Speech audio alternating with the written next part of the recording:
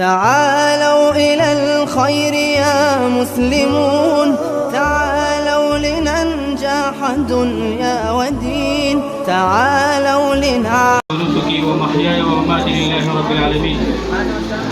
ظهرت سنة مخكي كل المحترم ومشران وعلماء كرام او ځوانان او زمونږ د کیم خواږه ماشومانان، تاسو ټول ته هرکلی وایم. رب العالمین دې ستاسو ټولو په عمر کې خیر او برکت واچوي. رب العالمین موږ او تاسو ته قرآن کې فرمایي، الله پیغمبر صلی الله علیه وسلم ته خطاب کوي، پیغمبره چې دا خبره دې امت ته ورسوه، انا به تاسو کامیاب کیږئ چې دا خبره وکړئ چې ان صلاتي ونسکي ومحیاي ومماتي لله رب العالمین، چې یقینا زما بدني عبادت، زما مالی عبادت، زما ټول ژوند، زما ټول مرګ دا به د رب العالمین د رضا دپاره الا موږ تاسو کامیابیږو. نبی صلی الله علیه وسلم یو روایت کې فرمایي، او د دې محفل مطابق روایت دی د جابر بن عبدالله رضی الله عنه، نبی صلی الله علیه وسلم ته ویل، د الله پیغمبره تا د دم نه څه منع کړې ده او ما ته د لړم دم یاد دی او ښه اثر پکې دی او قرآن او حدیث باندې دمو. د الله پیغمبره ما ته طریقه وښه او ما ته اجازه شته که نشته دی. نبی صلی الله علیه وسلم ورته وفرمایي، من استطاع ان ينفع اخاه فليفعل. ای مومنانو مسلمانانو، څوک چې په تاسو کې دا توان او طاقت لري چې مسلمان ورته خیر ورسوي، هغه دا کار وکړي، هغې کې د ځنډ نه کوي، که هغه د وینو پیخېلي او که هغه د لسو پوښېلي.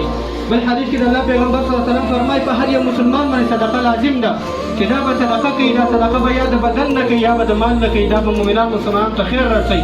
څوک چې په لاس باندې کار کولی شي، هغه د په لاس باندې کار وکړي، ځان ته هم خیر ورسوي، مسلمانانو ته هم د خیر ورسوي. او دغه شان د حاجتمند سره د کومک وکړي.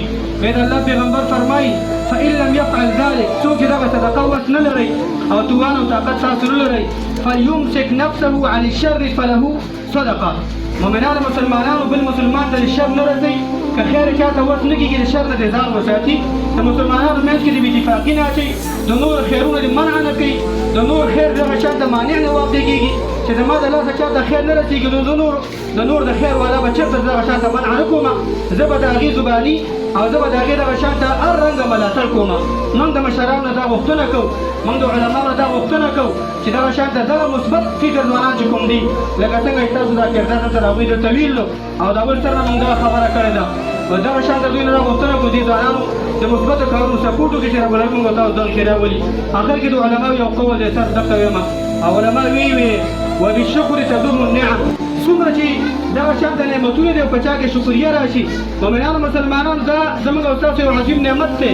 الله ویل په شکریه باندې نعمتونه ډېرومه، الله دې موږ او تاسو راضي شي.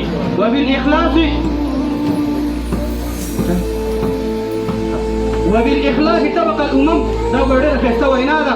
وبالإخلاص طبق الأمم، کوم امت کې چې اخلاص وي، په کوم ځوانانو کې چې اخلاص وي، کوم مشرانو کې اخلاص وي، په کوم علماو کې اخلاص وي، امتونه، ملتونه، قومونه رب العالمین هغوی ته بقا ورکوي، هغه الله تعالی کامیابوي، د هغوی باندې لاره الله تعالی کولوي.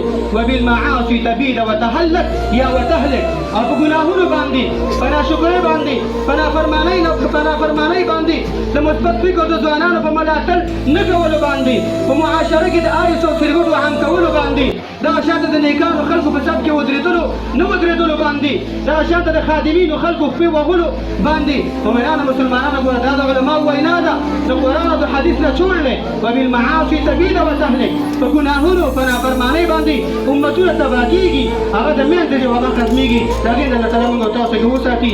یعنې معنا دا په دې نعمتونو باندې شکریه پکار دی، رب دې موږ او تاسو ته راضي شي، او په دې کارونو باندې اخلاص پکار دی، الله دې موږ او تاسو دا ټول هلې ځای د خپل رضا دپاره وګرځوي، د هر قسم ګناهونو الله تعالی موږ او تاسو وساتي.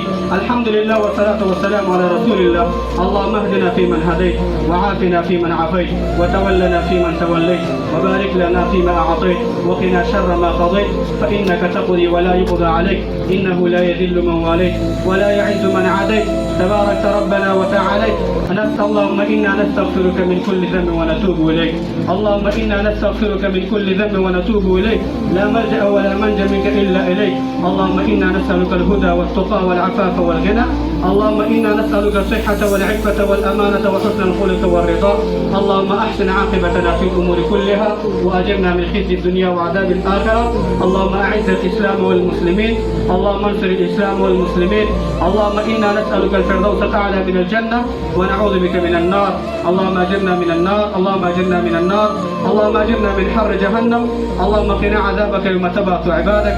اللهم اغفر للمؤمنين والمؤمنات والمسلمين والمسلمات الأحياء منهم والأموات، وألف بين قلوبهم وأصلح ذات بينهم وانصرهم على عدوك وعدوهم. اللهم إنا نعوذ بك من جهد البلاء ودرك الشقاء وسوء القضاء وشماتة الأعداء. اللهم يا قاضي الحاجات فاقض حاجاتنا، اللهم يا كاشف المشكلات فاكشف عنا مشكلاتنا. اللهم انصر من نصر دين محمد صلى الله عليه وسلم واجعلنا منهم، واغفر من خذل دين محمد صلى الله عليه وسلم ولا تجعلنا منهم. اللهم اجرنا ولا تحرمنا، اللهم زدنا ولا تنقصنا، اللهم أعنا ولا تعن علينا، اللهم انصرنا ولا تنصر علينا. رب العالمين زمن زوانا العلماء او دغه شان رقم دي څومره سرپرستان دي هغه که راعین دي که هغه رعیت کې ټول متفقه متحد ولري. رب العالمین زموږ په حاکمانو کې زموږ په مشرانو کې دغه شان ته دا جوګې جوړ کړي او دغه شان د فکر او دا سوچ ولور کې او استعداد پکې پیدا کړي چې د خپلو کشرانو حق ادا کړي. رب العالمین زموږ چې کشران د رعیت کې په دې کې دغه شان د مشرانو تابعداري دا ور پکې پیدا کړي. الله تعالی زموږ تاسو ټول راضي شي.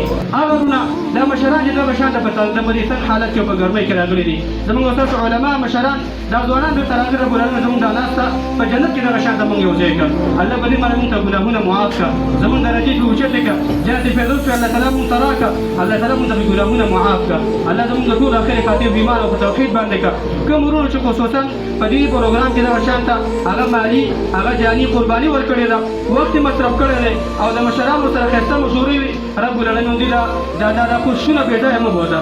الله ته ورته معافي وکړه، په مال کې په عمر کې په ژوند کې ورته الله تعالی خیر او برکت واچوه. همیشه الله تعالی موږ متفق او متحد ولره. رب العالمین تا ته موږ سوال کوو یا رحمان یا رحیم، څوک چې دې مشرانو او د دې ځوانانو په منځ کې واټن پیدا کوي، د دې خدمتونو ته د پای ټکی ږدي، د دې خدمتونه منع کوي، رب العالمین دې د خپل خیر نه منع کړه. الله دې د خپل خیر نه منع کړه. الله تعالی د خپلو بچو په دردونو باندې اخته کړه. الله زموږ نه فکر وګرځوه او زموږ په دې ځوانانو کې استعداد د رب العالمین د کتاب او د سنت او د الله د پیغمبر هغه سیرت هغه مینه محبت پکې پیدا کړه. رب العالمین ستا په دین باندې مین کړه. رب العالمین زموږ وطنونو کې امن او امان نه وله او موږ ښایسته حاکمان نه کړه. په ټول اسلامي او په ټول ملکونو کې د رب العالمین اسلام حاکم کړي. رب العالمین ټول مسلمانان کې د مغرب د کې د مشرق د شمال د کې د جنوب الله تعالی اتفاق اتحاد نصیب کړه. دا په قرآن او سنت په عقیده باندې راجمع کړه. رب العالمین څومره چې د اسلام دشمنان دي د قرآن د سنت دغه شان ته قسمه قسم پرې وکونکي د الله تعالی دغه شان ته هغوی په خپل ځانو باندې اخته کړه. الله ته ورله سزا ورکړه. رب العالمین دا بدبختۍ د موږ نه اوچته کړه. الله دا بې وطني د موږ نه لرې کړه. الله تعالی موږ د خپل وطن آباد کړه، موږ ته د خپل وطن ځمکه پراخه کړه. رب العالمین موږ ښایسته دیندار حاکمان نه کړي. رب العالمین زموږ د اسلام سره مینه محبت پیدا کړي. آخر کې بیا دا دعا کوم چې رب العالمین د دې پروګرام کې خصوصا چې چا برخه اخیستې ده، چا فکر او سوچ راوړی دی، چا پکې دا مثبت مشورې ورکړي دي، چا مالي او بدني د دې لپاره زحمت ویستلی پروګرام یې را جوړ کړی دی. رب العالمین ته د جنت کې خیر مېلمستیا ورکړه. الله تعالی دا ټول صدقات او دغه شان دا ټول خیراتونه قبوله منظور کړه. علماء حفاظت رب العالمین وکړي او دغه شان موږ تاسو مشرانو حفاظت رب العالمین وکړي.